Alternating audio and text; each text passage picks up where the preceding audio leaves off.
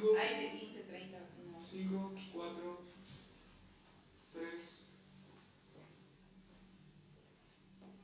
Hola, bienvenidos y bienvenidas a esta nueva renovación de encuentros reflexivos y ahora llamado Espacio Ental.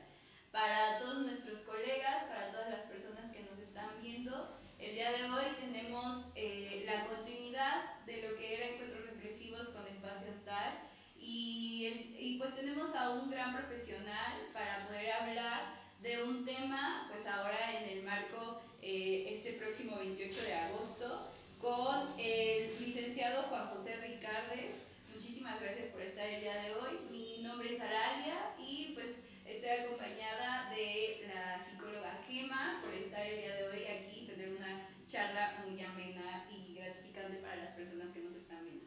Sí, pues bienvenidos y bienvenidas. Es un honor tenerte nuevamente aquí con nosotros porque pues, ya habíamos tenido el placer de conversar en estos encuentros y creo que siempre aprendemos mucho de ti. Muchísimas gracias por aceptar esta invitación y al final por aperturar esta renovación de encuentros reflexivos en el espacio ahora de Espacio Antal, de esta nueva marca que se genera para poder ampliar esta red, este networking que estamos trabajando entre todos los colegas para llegar y alcanzar a más personas, para que podamos este tipo de contenido pues enfocarlo más en lo que cada uno de los que forman parte de este networking hace en el día a día, ¿no? Entonces, pues bienvenido, Juan José. El tema de hoy es el mundo interno en las personas mayores. Pues quisiera que nos platicaras por qué este tema en este mes, cuándo es que se celebra la parte de adulto mayor y pues platícanos un poco primero de lo que haces, a qué te dedicas, en qué te especializas. Tengo entendido que atiendes de manera individual y das clases, entonces primero platícanos un poco de ti para ir profundizando este tema tan importante. Sí, no, muchas gracias. Y aparte, no había pensado que era parte de este arranque de los ciclos dentro de Espacio Antal, entonces me da muchísimo gusto, les agradezco muchísimo el espacio también. Pues soy psicólogo clínico, me he como adentrado en el enfoque psicoanalítico dentro de las diferentes escuelas que hay. Mi trabajo clínico es desde ahí. He hecho investigación independiente, me interesa mucho la psicología política, que viene un año interesante también a ese nivel para el país. Y clases, es en lo que ando ahorita, ¿no? Dando clases en diferentes escuelas y atendiendo, ¿no? Adolescentes, adultas, adultos y personas mayores también. Ok, sí, creo que son pocos los colegas que trabajan estos temas, ¿no? De adultos mayores. Platícanos por qué la importancia de hablar hoy acerca de acompañamiento y hacer notar y visible este tipo de temas. Sí, primero creo que siempre he pensado de alguna manera que mi espíritu es un espíritu anciano, ¿no? O sea, desde muy niño yo me sentía como en un mood más grande que mis amigas y mis amigos, y siempre he simpatizado mucho con las personas mayores, o sea, se me facilita como compartir con ellos, con ellas, y a partir de 2020 yo trabajaba en una institución. Cuando se viene el tema de la pandemia, en el área donde yo estaba teníamos una unidad que se dedicaba a trabajar con personas mayores, y entonces pude ver, si recordarán, fue el primer grupo junto con embarazadas que se denominó como de alto riesgo. Entonces en aquel momento se instaló el resguardo social, y quienes más la padecieron fueron las personas mayores, y era como no se pensaba mucho en ellas, en ellos, en cuánta falta les hace el espacio de socialización, que para ellos es vital. Nos decían mucho: ¿cuándo regresamos al club? ¿Cómo están mis amigas? Empezaron a vivir muchos duelos, ¿no? De pérdidas de amigas, amigos. Entonces como que desde ahí se me hizo niñas y niños vamos caminando bien, y el tema de personas mayores, que es otro grupo importante, Vulnerable. exacto, y que puede estar en situación de vulnerabilidad, no hemos volteado tanto a ver. Entonces, de ahí como que me surgió el interés científico, digamos, ¿no? Sí, y fíjate que este tema, justamente hoy estábamos hablando con algunos alumnos sobre que de repente se dejan atrás la atención a este tipo de población, porque tanto física, tanto psicológica, tanto socialmente, y que de repente pues ahorita pues va a ir aumentando esta población. Y es bien interesante el cómo la sociedad empieza, o cómo las personas mayores empiezan a adentrarse a la sociedad, ¿no? Porque por lo regular hay veces que pensamos, bueno, es el día de los abuelitos, ¿no? O el día de los adultos mayores, ¿cómo se denominará el día de los abuelitos, el día de los adultos mayores? Y que ellos empiezan a tener una vida distinta a lo que venían comúnmente pues teniendo, ¿no? O sea, como estas pérdidas, como estos duelos, como de repente pues ahora yo lo estoy viviendo con mi familia, ¿no? Y con amigos de mi familia, que ahora son temas, por ejemplo, no, pues sabes qué, se me están cayendo los dientes, tengo que ir a hacer operación porque este tipo de cosas, y para ellos es como muy duro, y también para las personas que somos cercanas, porque pues empieza a haber como una pérdida de algo y que pareciera que es muy dolorosa, ¿no? Siempre y cuando hay que ver como la perspectiva de qué manera, ¿no? Y entonces, ¿qué tendríamos o de qué manera podríamos trabajar este acompañamiento?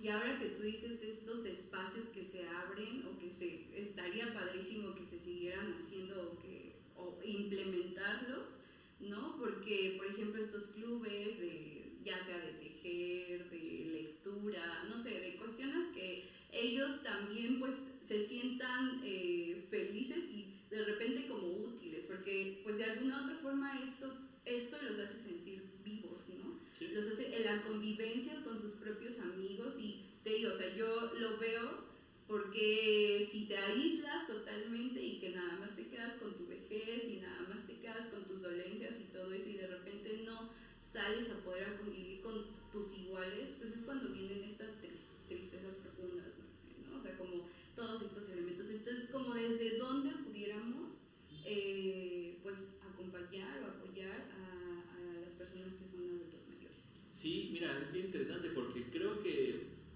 de manera similar que con las infancias, existe una idealización de la juventud y de la adultez joven o de la adultez temprana. Generalmente la adultez mayor se piensa en términos físicos, y eso es muy arriesgado porque en términos físicos se instala el escenario de un déficit.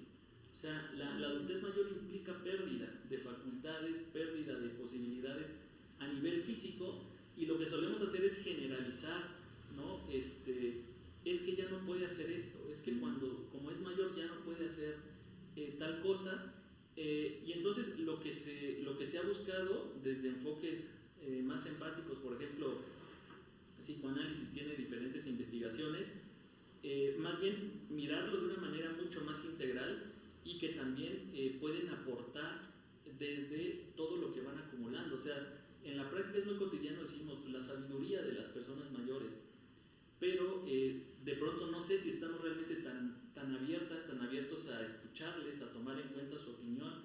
Es que lo va a decir, pero ya como lo piensa ya no ocurre.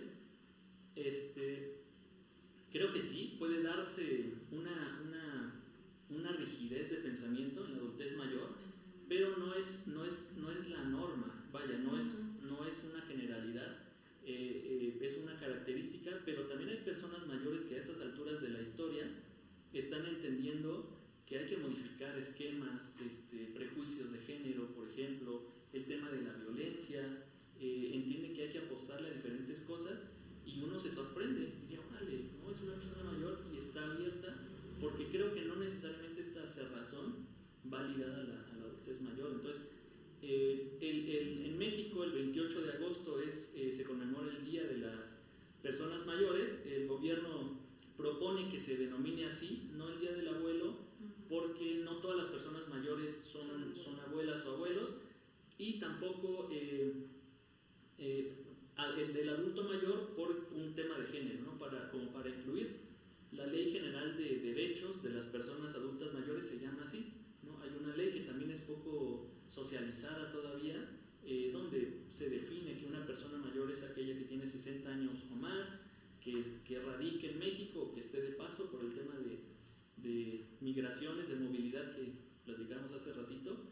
Y entonces en ese marco entender que niñas, niños, adolescentes, adultos jóvenes, personas adultas mayores tienen que aportar en colectivo para construir lo social. No podemos prescindir de ningún grupo.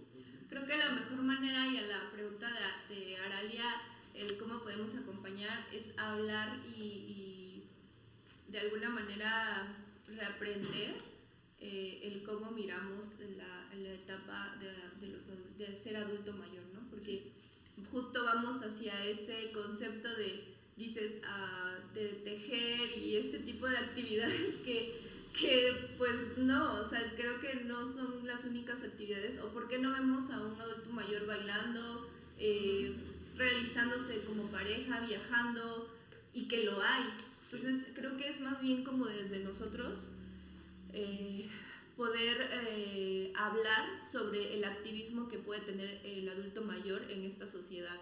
Y que aunque esté pasando situaciones donde su cuestión física o su rendimiento físico no sea el mismo, no quiere decir que no pueda practicar un deporte, no quiere decir que podamos mirarlo o que ellos se incluyan en este tipo de activismos que ahora está viviendo la sociedad, ¿no? Desde diferentes culturas o de diferentes, también la cuestión de la sexualidad.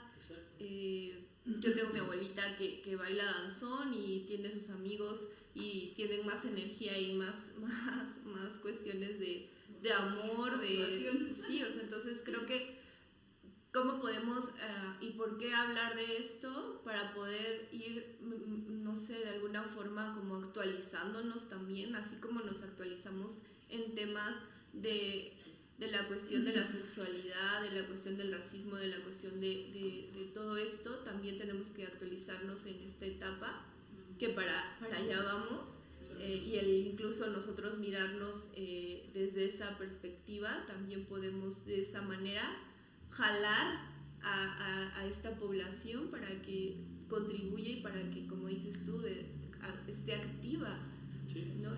Pero pues platícanos, ¿qué espacios hay para que los adultos mayores puedan, aquí en el estado, incluso algunas actividades existen, sé que están presentes, sé que se llevan programas, manuales, como decías, de qué manera pueden empezar como a tener esta activación en la sociedad?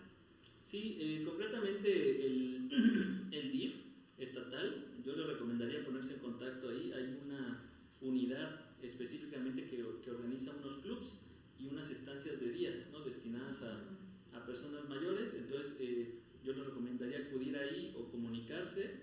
Y a nivel particular, fíjate que es curioso porque Freud, en algún texto donde el psicoanálisis era muy joven, él ponía como contraindicaciones del psicoanálisis, quienes no podían.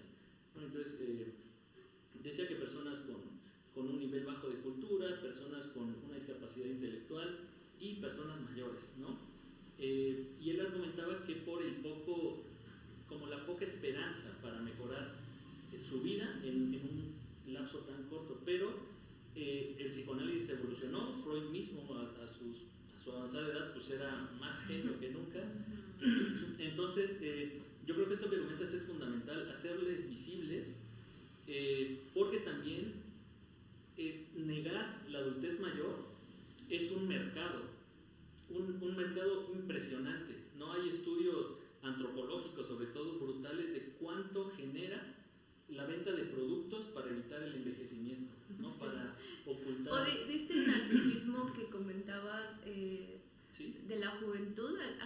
creo que tiene mucho que ver lo que ahorita está pasando, ¿no? El narcisismo que la juventud está presentando y que impacta en toda esta como expectativas que se tienen o el evitar llegar a esa etapa porque la vemos como inactiva, como aislada, como...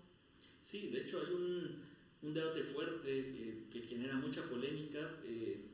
Nos habla de la poca empatía de ciertos personajes públicos que están en contra de los apoyos a las personas mayores, por ejemplo, ¿no? Cuando se nos ha explicado que el enfoque es reconocer un poco todo lo que han aportado ya a nuestra sociedad al final de su vida y que el gobierno destine un poco del presupuesto a apoyar, porque tampoco es que pueda darles lo que realmente se necesita para vivir, pero es un apoyo. Entonces yo creo que, como decías, cambiando el enfoque, revalorando esta etapa, que la esperanza de vida cada vez va a ampliarse más. O sea, hoy que la esperanza puede estar alrededor de los 80 años, son 20 años de tu vida, eres una persona mayor que necesita también espacios. La sexualidad que comentaste, también hay una investigación padrísima sobre la manera tan viva en que atraviesan la sexualidad las personas mayores y que es casi prohibido, ¿no? O sea, sí. ¿Quién pensaría que la sexualidad habita todavía una persona mayor y está igual de viva? Porque en el inconsciente no hay la lógica de tiempo que tenemos en la conciencia. Y creo que este aspecto de que no viva como esta sexualidad o este activismo no es de ellos, sino de su alrededor, su familia, sí, que la critica o lo critica, lo juzga, de tú ya no estás para esas cosas. Entonces, realmente, como la actualización es de quienes rodean al adulto mayor, no él en sí, el adulto mayor. Sí, es fundamental que las personas conozcan sus derechos, los fundamentos legales de sus derechos también. Por ejemplo, les decía de esta ley que especifica tipos de violencia muy particular, que son los que ya conocemos: psicológica, física, sexual, económica también. Económica, exactamente. Pero también, como dices, quienes estamos alrededor, entendiendo que somos una sociedad que tiene que trabajar de manera comunitaria y colectiva. O sea, no podemos pretender que evolucionamos a costa de uno de nuestros grupos, pues, ¿no? Y en este caso, sí, este narcisismo juvenil, que tampoco quiero decir que alguien se tenga que sentir avergonzado de ser joven o de verse joven, ¿no?